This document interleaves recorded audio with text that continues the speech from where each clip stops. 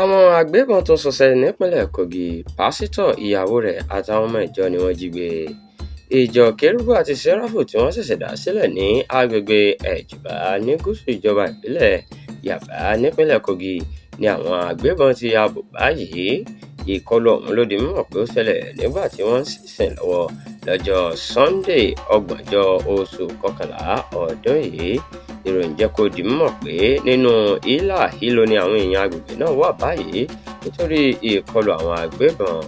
Nígbà tí àwọn kan tíṣẹ̀lẹ̀ ọ̀hún ṣojú wọn sọ̀rọ̀, wọ́n ní ìrọ́kẹ̀kẹ̀ ìbọn mú kí àwọn olùjọ́sìn sá àsálà fẹ́mi wọn tí wọ́n sì mú àlùfáà ìjọ náà tí orúkọ rẹ̀ ń jẹ́ Orlando.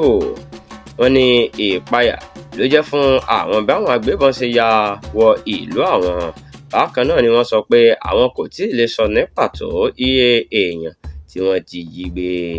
Àmọ́ títí di àsìkò tá à ń kọ ìròyìn yìí jọ, ìjọba ìpínlẹ̀ náà àti iléeṣẹ́ ọlọ́pàá ò tí ì sọ nǹkan kan lórí ìṣẹ̀lẹ̀ náà.